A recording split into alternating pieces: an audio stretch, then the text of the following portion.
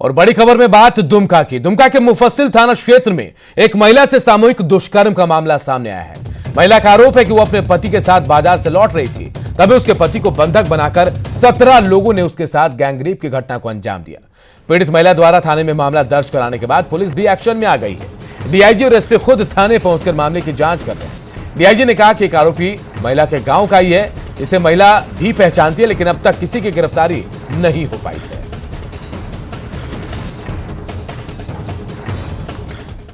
कल शाम को इसमें बाजार से लौट रही थी तो 17 लड़कों ने उसके पति के सामने बलात्कार किया है। तो इस बिंदु पर महिला का भी मेडिकल जांच किया गया है और ये महिला जो बता रही उसका सत्यापन किया जा रहा है कि एक्चुअल में क्या हुआ है। किसी को पहचानती नहीं है, एक आदमी को पहले की पहचानती है क्योंकि उसी के गाँव का है, पहले से उसको जानती पहचानती, इसलिए एक का नाम बताई, अन्य लोगों को नहीं जानती है। गिरफ्तारी वगैरह से नहीं, अभी तो जस्ट रिपोर्ट हुआ है और इस केस का मतलब कि सभी बिंदुओं का जांच किया जा रहा है। रांची के अशोकनगर में चर्चित अग्रवाल बंधु हत्याकांड मामले के नामजद आरोपी लोकेश चौधरी ने सिविल कोर्ट में सरेंडर कर दिया। इसके बाद उसे 14 दिनों के रिमांड पर भेज दिया गया है। सरेंडर के बाद लोकेश चौधरी ने खुद को बेगुनाह बताते हुए साजिश के तहत फंसाने का आरोप लगाया। वहीं आरोपी लोकेश चौधरी के वकील ने कहा कि कुछ दिनों के बाद इस मामले में बेल पिटीशन दायर की जाएगी। करीब 1.5 साल बाद सरेंडर करने वाले आरोपी लोकेश चौधरी ने मीडिया के सवालों का सीधा जवाब नहीं देते हुए तमाम सवालों को टालने की कोशिश की और हत्या और आरोप से जुड़े तमाम सवालों पर जवाब देने के बजाय न्यायालय पर भरोसे की बात कही। मेरे खिलाफ सुनियोजित साजिश की गई है, विरोधियों की साजिश है, विरोधियों की साजिश है। मैं पॉलिटिक्स में थोड़ा ज्यादा पढ़ने लगा था तो मुझे डिमीन करने के लिए ऐसा किया गया। विरोधियों की साजिश है। मेरा नहीं, उसको तो मैं जानता भी नहीं हूँ, उसको तो मैं जानता भी नहीं हूँ, उसी नहीं जानता हूँ। सिर्फ है कि कोर्ट का आदेश है, हम लोग सरेंडर करें क्योंकि हम नेम्ड एक्यूज्ड हैं और हमने कोर्ट न्यायालय के समक्ष सरेंडर किया। अब आगे जब हम लोग बेल फाइल करेंगे तो आगे हम लोग इस पर डिस्कस करेंगे, क्या हम लोग अपना ग्राउंड लेते हैं, फिर आप लोग सामने रहेंगे, फिर आगे बात है। इसमें पुलिस द्वारा एक डेडिकेट टीम का काम किया जा रहा था और पुलिस के कह सकते हैं कि रेड से सर और उसके अप्रोचेस से आज जो कोर्ट में सरेंडर किया है, बहुत जल्दी इसको हम आगे कार्रवाई करेंगे। इस रिमांड पर पूछताछ की जाएगी। इधर जमशेदपुर में शराब के अवैध कारोबार के खिलाफ बड़ी कार्रवाई की गई है। उत्पाद विभाग की टीम ने मानगो के उलेडी बस्ती में छापेमारी कर 1400 लीटर अवैध महुआ शराब को जब्त किया है। हालांकि इस दौरान शराब के कारोबारी जो है वो वहां से भाग निकले, उनकी गिरफ्तारी के लिए छापेमारी की जा रही है।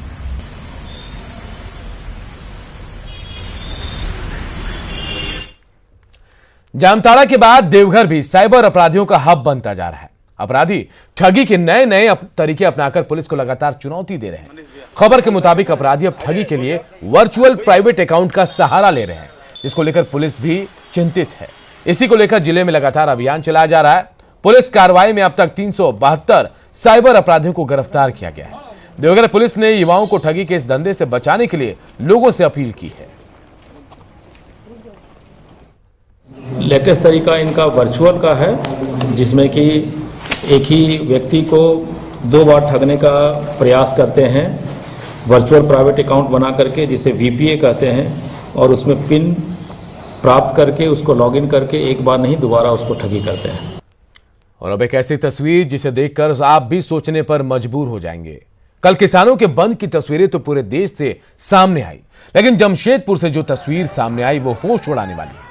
बसंत सिनेमा के पास जेएमएम कार्यकर्ता बंद के समर्थन में नारेबाजी कर रहे थे, तभी अचानक एक सांड सामने आ गया और बंद समर्थकों के बीच से निकल गया। तेज रफ्तार से आते सांड को देखकर बंद समर्थकों के होश उड़ गए।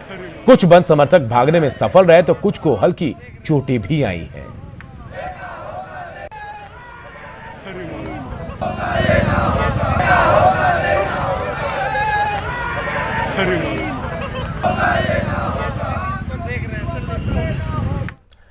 हैदराबाद नगर निगम चुनाव परिणाम से उत्साहित बीजेपी अब झारखंड में अपने संगठन को मजबूत करने में लगी है। इसी को लेकर राष्ट्रीय अध्यक्ष जेपी नड्डा जनवरी महीने में 3 दिनों के झारखंड दौरे पर पहुंचेंगे। 3 जनवरी से 5 जनवरी तक जेपी नड्डा के दौरे को लेकर तैयारियां भी शुरू हो गई हैं। अपने 3 दिनों के प्रवास में जेपी नड्डा प्रदेश से लेकर बूथ स्तर तक के कार्यकर्ताओं से संवाद करेंगे। प्रदेश बीजेपी का मानना है कि राष्ट्रीय अध्यक्ष के इस दौरे से संगठन के अंदर नई ऊर्जा का संचार होगा। इधर जेएमएम ने नड्डा के दौरे को लेकर बीजेपी पर निशाना साधा है। और 3 दिन का सांगठनिक बैठक है और प्रदेश स्तर से लेकर के बूथ स्तर के कार्यकर्ताओं से सीधा संवाद करने का काम करेंगे और निश्चित रूप से उनके आने से कार्यकर्ताओं में एक नए प्रकार का उत्साह का संचार होगा। जिस तरह से भारतीय जनता पार्टी इस राज्य में चिंतित है, जिस तरह से इस राज्य के लोगों ने उनको नकारने का काम किया, जिस तरह से इस राज्य के लोगों के भावना के साथ में सरकार और भारतीय जनता पार्टी ने खिलवाड़ किया, उसका परिणाम भारतीय जनता पार्टी को भुगतना पड़ रहा है। अब उसकी भरपाई के लिए वो चाहे जो भी कर ले। झारखंड चैंबर ऑफ कॉमर्स का चुनाव अब दिलचस्प होता जा रहा है। नामांकन की आखिरी तारीख यानी 8 दिसंबर तक कुल 58 लोगों ने पर्चा भरा। इसके बाद चुनावी मैदान में वर्तमान टीम को लीड कर रहे कुणाल आजमानी को प्रवीण जैन छाबड़ा चुनौती दे रहे हैं। अब टीम कुणाल और टीम प्रवीण के बीच सीधा मुकाबला है। एक अचानक से हमारी टीम के अंदर में ये तय होता है कि भाई नेक्स्ट प्रेसिडेंट के लिए कैंडिडेट जो है वो कौन होगा। मैंने पिछले 1 साल से अपनी बातों को उनके सामने रख रखा था और उन्होंने मुझे कभी भी ये इच्छा जताई ही नहीं कि उनको रिपीट करने की इच्छा है। अचानक से नॉमिनेशन फाइल हो रहा है, उसके 1 दिन पहले वो टीम को बुलाते हैं और टीम को बुला करके जिस टीम के अंदर में हमारे टीम के जो मेकर है, हमारे सीनियर्स जो हैं जिनको हम लोग अभिभावक मानते हैं, उस टीम के अंदर में उन्होंने उनको बुलाया ही नहीं। इधर रांची विश्वविद्यालय में वाईफाई लगाने के नाम पर गड़बड़ झाला सामने आया है। पिछली सरकार में रांची विश्वविद्यालय सहित राज्य के सभी विश्वविद्यालयों में वाईफाई कनेक्टिविटी सुविधा देने के लिए करोड़ों रुपए खर्च किए गए। वाईफाई लगाने का जिम्मा national informatics centre service incorporated को दिया गया था, लेकिन वाईफाई पूरी तरीके से लगा ही नहीं और पैसे का भुगतान भी हो गया। मामले के सामने आने पर कुलपति रमेश पांडे ने सरकार को इस गड़बड़ी की जानकारी दी है। एक्टिवेट नहीं हुआ। कारण जो है जिस भी कंपनी को यह काम आवंटित किया गया था उसने अभी तक हम लोगों को हैंड ओवर नहीं किया है और हम लोगों को है कि यह कम से कम हमारे पदाधिकारियों, कर्मचारियों और विद्यार्थियों को उपलब्ध हो सके। हम लोग सरकार को तथा महामहिम के समक्ष इस बात को उठाते रहे हैं। 54 करोड़ की लागत से तैयार हुआ रांची का वेंडर मार्केट मेंटेनेंस के अभाव में खराब हो रहा है। रांची के प्राइम लोकेशन पर बनी 4 मंजिला वेंडर मार्केट 2018 में बनकर तैयार हुई और वेंडरों को सुपुर्द किया गया, लेकिन 2 साल के अंदर ही वेंडर मार्केट की हालत खराब हो गई। आप खुद देखिए कि कैसे बेसमेंट में पानी भरा है, वहीं कचरे का अंबार भी जहां तहां पड़ा हुआ है। वेंडर मार्केट के दुकानदारों का कहना है कि पहले एजेंसियों के जिम्मे साफ सफाई थी तो स्थिति अच्छी थी, लेकिन जब से निगम के हाथों में साफ सफाई की व्यवस्था गई है तब से इसकी स्थिति और खस्ताहाल हो गई है। होती है बाकी ऊपर ऊपर होता है, नीचे पूरा सफाई वफाई नहीं होता है। मतलब साफ सफाई ढंग से नहीं हो रहा है। तो यहाँ पे मतलब क्या होना चाहिए साफ सफाई? जो कंपनी लिया था तो कंपनी पूरा सफाई करता था, पोछा वोछा सब लगाता था। कंपनी का पैसा नहीं मिलने के कारण वो अपना कंपनी हट गया और फिर निगम से कर्मचारी आए हैं तो बढ़िया साफ सुथरा नहीं कर रहे हैं। अब साफ सफाई थोड़ा सा नहीं हो रहा है तो अब क्या होगा, टेंडर अब नगर निगम जानेगा। वो सब हम लोग का तो बस के नहीं है, सब सरकार का बस में है। हम लोग पुलिस बस में नहीं है। कितना बार बोला गया है तो सब व्यवस्था हो रहा है, टाइम लगेगा विकास। आज पूरे ईस्टर्न जोन का सबसे सुंदर नगर निगम का भवन भी बन रहा है। अब 2 अच्छी बिल्डिंग अगल बगल में नगर निगम की बनी हुई, तो आज ही मैंने नगर आयुक्त से कहा है कि आप तुरंत इन दोनों भवनों का रखरखाव और सुरक्षा कैसे अच्छी तरह से हो उसको सुनिश्चित करें, क्योंकि हम लोगों ने संग्रहालय की बिल्डिंग देखी है, क्या स्थिति थी। इतना सुंदर बना था, जब बना था तो लोग देखने आते थे कि हर एक ग्लास की बिल्डिंग को देखने जा रहे हैं। आज स्थिति ये है कि वहां घुसने का मन नहीं करेगा। आखिर क्यों हो गया ऐसा? इसलिए कि हम उसके रख रखाव के मुकम्मल बंदोबस्त नहीं कर पाए। हजारीबाग के बरही अनुमंडल में शिक्षा व्यवस्था में सुधार को लेकर कई मॉडल स्कूल बनाए गए ताकि छात्रों का भविष्य उज्जवल हो सके, लेकिन ये सभी मॉडल स्कूल हाथी के दांत साबित हो रहे हैं। अभी भी छात्र पुराने स्कूल में पढ़ाई कर रहे हैं। दरअसल जो स्कूल बनाए गए उसमें आने जाने की व्यवस्था नहीं है, जिससे छात्र वहां पढ़ना ही नहीं चाहते। वहीं न्यूज 18 ने जब आवाज उठाई तो जिला शिक्षा पदाधिकारी ने जल्द ही स्कूल शुरू करने का आश्वासन दिया, जबकि स्थानीय विधायक भी पहल करने की बात कह रहे हैं। उच्च विद्यालय में अभी मॉडल स्कूल चल रहा है। लगभग 100 बच्चे ही हैं 6 से लेकर 10 तक में। मुझे जानकारी है, मैंने विद्यालय देखा भी है। 100 बच्चों से हमने सहमति भी प्राप्त किया था। अभी बच्चे उस जगह में जाने के लिए तैयार नहीं हैं, क्योंकि थोड़ा दूर तो है और दूरी होने के साथ साथ आने जाने में भी थोड़ा वीरान लगता है। फिर भी चूँकि सरकारी भवन है, हम लोग एक प्रयास में हैं, जल्द ही उसको हैंडओवर ले करके लॉकडाउन के बाद विद्यालय को हम लोग वहाँ शिफ्ट करने का प्रयास करेंगे। हमारे संज्ञान में है और हम चाहेंगे कि निश्चित तौर पे इसका पहल कर करके माननीय शिक्षा मंत्री जी के पहल से, अभी तो शिक्षा मंत्री जी की तबीयत ठीक नहीं है, लेकिन माननीय मुख्यमंत्री जी के पास विभाग आ गया है।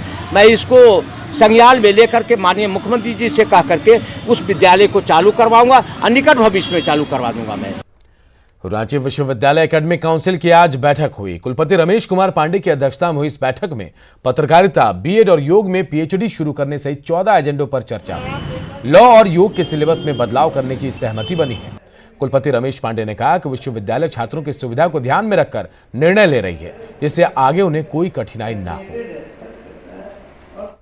मुख्य जो बातें हैं कि कोविड के तहत यूजीसी के जो गाइडलाइन हमें मिले हैं उनका हम लोग अक्षरशः पालन करें और हमारे पाठ्यक्रमों को समय समय पर इम्प्रूव करना आवश्यक है।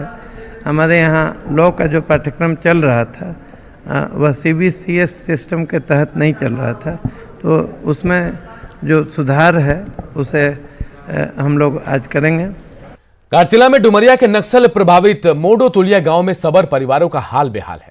इन दिनों कड़ाके की ठंड में सबर बस्ती में रहने वाले 3 बुजुर्ग बीमार पड़ गए, जिसे देखने वाला कोई भी नहीं। पहाड़ी और दुर्गम इलाका होने की वजह से ये लोग भगवान भरोसे हैं और गांव में जड़ी बूटी से लोगों का इलाज कराया जा रहा है। हालात ये है कि कोई भी गाड़ी गांव में नहीं पहुंच सकती। इतने दुर्गम रास्ते हैं कि साइकिल और बाइक से भी गांव में जाना संभव नहीं है। আর জ্বর হই কলে দাওয়াই দিল, পুড়ি হয়েছিল আগে, পুড়ি হই করে ওগা বলছে ডাক্তার জখম হয়েছে বলছেন, আর ওগা দাওয়াই দিল, ডাক্তার করলি, পয়সা পয়সা সকল খরচা করলি, তা হলো ভালো নাই হচ্ছে। दुख की बात है, यहाँ की समस्या तो भरा हुआ है। देखिए अभी सब लोग बीमार में पड़ा हुआ है, 2-3 ठू मुश्किल इलाज के लिए कोई डॉक्टर नर्स नहीं आ रहा है, लेकिन आना चाहिए था। कोई अगर सबर मर जाने के बाद सरकार हल्ला गुल्ला करता है कि कोई नर्स या कोई डॉक्टर नहीं जाता है। यहाँ पर सबसे बड़ी समस्या सड़क को लेकर है, पानी को लेकर है, बिजली को लेकर है। इस गांव में अभी तक ऐसे कोई अधिकारी यहाँ पर उनका आना तो होता है, लेकिन वैसे समय में जब कोई मीडिया के माध्यम से कोई इस गांव के समाचार अगर सुर्खियों में आए तो अधिकारियों को इस गांव में पहुंचना होता है, लेकिन उसके बाद फिर वही ढाक के 3 पात। आज भी सबर बस्ती में यहाँ के लोग यहाँ बीमार हैं, आज भी वे इलाज के अभाव में अपने घर पर पड़े हुए हैं, लेकिन उन्हें देखने सुनने वाला कोई नहीं है। जरूरत है सरकार को इस माड़ोतुलिया गाँव में पहल करने की, ताकि यहाँ पर भी इस गांव का भी विकास हो पाए। प्रवीण कुमार, न्यूज़ 18 घाटशिला। बोकारो के चास में नगर निगम की तरफ से कचरा डंपिंग यार्ड बनाने की कवायद की जा रही है, लेकिन अब इसका विरोध शुरू हो गया। स्थानीय लोगों का कहना है कि इस प्लांट से गांव में गंदगी फैलेगी और लोग बीमार होंगे, जबकि जिस कंपनी को जिम्मा दिया गया है उसका कहना है कि ऐसा कुछ नहीं होगा। प्लांट के जरिए कचरे को व्यवस्थित तरीके से निस्तारण किया जाएगा। निगम जो है अपनी मनमानी कर रहे हैं और इससे साफ जाहिर होता है कि हमारे यहाँ के सांसद, यहाँ के विधायक का ये नाकामी है, क्योंकि सांसद और हमारे विधायक अगर चाहते हैं तो ये निश्चित रूप से उनके तत्पर ही ये खत्म हो सकता है। और निगम जो है अपने मनमानी कर रहा है। प्लांट है उस पे ऐसा होता है सर, कचरा आज जैसे आ गया है, लेट से यहाँ पर हमारी जितना भी इंटायर कचरा है 40-50 टन वहाँ पर जाएगा। वहाँ पर मशीनें लगी होती है, उस पर वो प्रोसेस होंगी। उसमें जो खाद बनने वाले मटेरियल है, मतलब घरों की जो ग्रीन वेस्ट है उसका खाद बन जाएगा, और जो प्लास्टिक वेस्ट है, रिसाइकलेबल प्लास्टिक है, वो रिसाइकलेबल के लिए चला जाएगा। मतलब उसका नया कुछ बन सकता है, प्लास्टिक बन सकता है, टब बन सकता है, गमला बन सकता है, वो उस पर यूज हो जाएगा। जो आज झारखंड में खबरें और बने रही हमारे साथ, जल्द लौटते हैं छोटे से ब्रेक के बाद।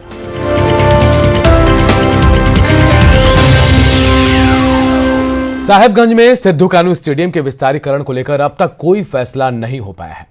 बाईपास सड़क को लेकर यहां मामला फंसा हुआ है, लिहाजा लंबे वक्त से स्टेडियम का जीर्णोद्धार कार्य जो है वो शुरू नहीं हो पाया। इससे खिलाड़ियों में मायूसी है। मौके का जायजा लिया हमारे सहयोगी निशांत कुमार ने। साहेबगंज स्टेडियम का सपना खिलाड़ियों के लिए अभी भी अधूरा है। स्टेडियम का विस्तारीकरण होना था, लेकिन विस्तारीकरण की योजना अभी भी अधर में। हम दिखाना आपको चाहेंगे कि ये जो साहेबगंज सिद्धू कानू का जो स्टेडियम है और इन पहाड़ों को काट कर इस स्टेडियम का विस्तारीकरण होना था। राष्ट्रीय खेलों के मानकों के अनुरूप ये स्टेडियम नहीं है और इन स्टेडियम पर राष्ट्रीय स्तर का खेल संभव नहीं है। लिहाजा सरकार खिलाड़ियों की ओर से राष्ट्रीय मानक पर इस स्टेडियम को बनाने की एक मांग की गई थी और सरकार की ओर से कोशिश शुरू भी हुई, लेकिन अब ये विस्तारीकरण का मामला बाईपास होने के कारण अब अटक गया है और बाईपास होने के कारण ये मामला पूरी तरीके से अभी अटका हुआ है। लिहाजा जो खिलाड़ी हैं वो बेहद मायूस है, क्योंकि विस्तारीकरण को लेकर लगातार लंबे समय से इसकी मांग होती रही है, लेकिन खिलाड़ियों को स्टेडियम को विस्तारीकरण नहीं होने से खिलाड़ियों में खासा नाराजगी है। अब लोगों को नए साल में विस्तारीकरण होने की उम्मीद है। निशांत, न्यूज़ 18 साहेबगंज। वहीं साहेबगंज में पार्क बंद होने से बच्चों और परिवार के साथ लोग आनंद नहीं ले पा रहे हैं पार्क का। कोरोना काल में पार्क को लेकर सरकार की ओर से कोई स्पष्ट गाइडलाइन नहीं मिली है, लिहाजा पार्क को बंद रखा गया है। हालांकि इस दौरान पार्क में झूलों समेत कई नई चीजें भी लगाई गई हैं, जिससे पार्क का आकर्षण बढ़ गया है। लेकिन पार्क बंद होने से बच्चों के साथ साथ लोग मायूस होकर अपने घर लौट रहे हैं। मौके का जायजा लिया हमारे सहयोगी निशांत ने। साल खत्म होने पर है और नया साल आने वाला है और पार्क को लेकर जो यहाँ के लोग हैं वो पार्क देखने के लिए चले आ रहे हैं। हम आपको दिखाना चाहेंगे कि ये जो गंगा विहार पार्क है और सरकार का गाइडलाइन कोरोना के बाद जो है गाइडलाइन मिला नहीं है, लिहाजा पार्क अभी भी बंद है। आप देखें कि पार्क बंद है और लोग जो है वो पार्क में घूमने का इंतजार में हैं और पार्क बंद होने के कारण जो छोटे छोटे बच्चे हैं, जो बड़े लोग हैं, अपने छोटे छोटे बच्चों के साथ परिवार के साथ यहाँ पे पार्क के लिए घूमने के लिए देखने के लिए आ रहे हैं, लेकिन पार्क बंद होने के कारण ये बच्चे मायूस होकर लौट रहे हैं। क्योंकि बताएं कि पार्क में कोरोना काल के दौरान कई नए झूले लगे हैं, लिहाजा झूलों का आकर्षण बच्चों के बीच में है। हमारे साथ एक आई हुई महिला है जो बताएंगे। आंटी क्या कारण, मतलब कहाँ आप लोग आई थी? हम पार्क घूमने आए थे, लेकिन पार्क बंद है, इसलिए हम लौट के जा रहे हैं। आप क्या तुम लोग आए थे? क्या किस लिए आए थे बेटा, बताओ किस लिए आए थे? मैं पार्क आया था, लेकिन पार्क तो बंद है, अब मैं कहीं और जाऊंगा। तो इस पार्क में क्या करना था आपको? मुझे झूलना था, ये भी खाना था। अच्छा, तो ये जो सरकार का जो गाइडलाइन है कोरोना के बाद, लोगों को अब पार्क खुलने का इंतजार है और लोगों को ये प्रतीक्षा है कि सरकार पार्क पर भी कुछ नई गाइडलाइन जारी करे ताकि पार्क का आनंद भी सपरिवार लोग ले सकें। निशांत, न्यूज़ 18 साहेबगंज। और जो आज झारखंड के इस बुलेटिन में इतना ही, लेकिन खबरें लगातार जारी है। देखते रहिए न्यूज़ 18 बिहार।